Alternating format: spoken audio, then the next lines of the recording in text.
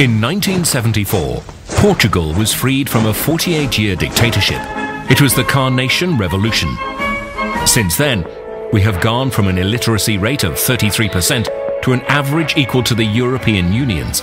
We reduced the infant mortality rate from 55.5 per thousand children to 3.1, one of the lowest in Europe. We increased compulsory schooling by 50%, eradicated the slums, and went from an average life expectancy of 67.1 to 79.5 years. We did this in less than a generation and without a Marshall Plan. But yes, it's true, we have not done everything well. Sometimes we wasted money on unnecessary things. We have one of the best car fleets in Europe, of which 41.3% is German.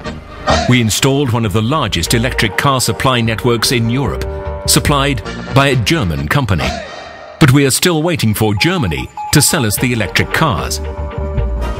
We spent billions of euros on 2 state-of-the-art submarines, German submarines. And in 2004, to accommodate the European Football Championship, we invested 675 million euros in stadiums, mostly built by construction consortia that included German companies. And every year, trade between the two countries results in a profit of 3 billion euros for Germany. Nevertheless, in the last year and a half, we cut salaries, pensions, social benefits, public bodies, and Christmas and holiday bonuses in health, education, and social security. We raised the prices of public services, the retirement age, and the taxes applied on income, consumption, capital, public transport, homes, and everything that moves. And we beat 2 records for the biggest spending cuts and the highest increase in taxes in the history of our democracy. But still, it seems that some people think that we do not make enough of an effort, that we do not work enough, and that we do not pay taxes, that we're always partying. Let us be clear. We work 38.9 hours a week, more than the Germans. The Portuguese work until the age of 67, much more than the Germans. But the Germans should know that we work hard. Just look at any one of the 150,000 Portuguese people living there. The Portuguese take 22 days of vacation per year, less than the Germans. We had 13 bank holidays.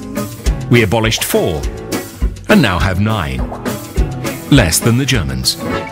On average, the Portuguese earn 1,171 euros per month gross, half of what the Germans earn. And we pay more taxes, much more taxes. There are only 2 countries in Europe that charge more than 50% of IRS to the wealthiest taxpayers, Germany and Portugal. What we have is a slightly different concept of wealth. Still, in Portugal, we have always seen the European project as a project of solidarity. And in the last 10 years, German exports have more than doubled. In the last 10 years, unemployment in Portugal more than tripled. Yet, when we take a stand, we take a stand the Portuguese way. In 1990, Germany unilaterally declared that its old debt had expired. The Portuguese did not challenge that. In 2005, Germany violated the limits of the deficit, and the EU pardoned its sanctions.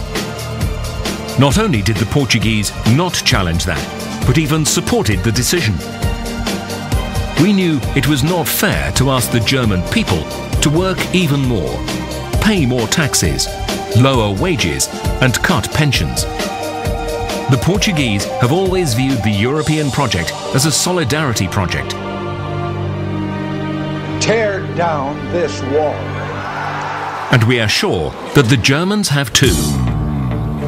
In Europe, the Berlin Wall ended in 1989.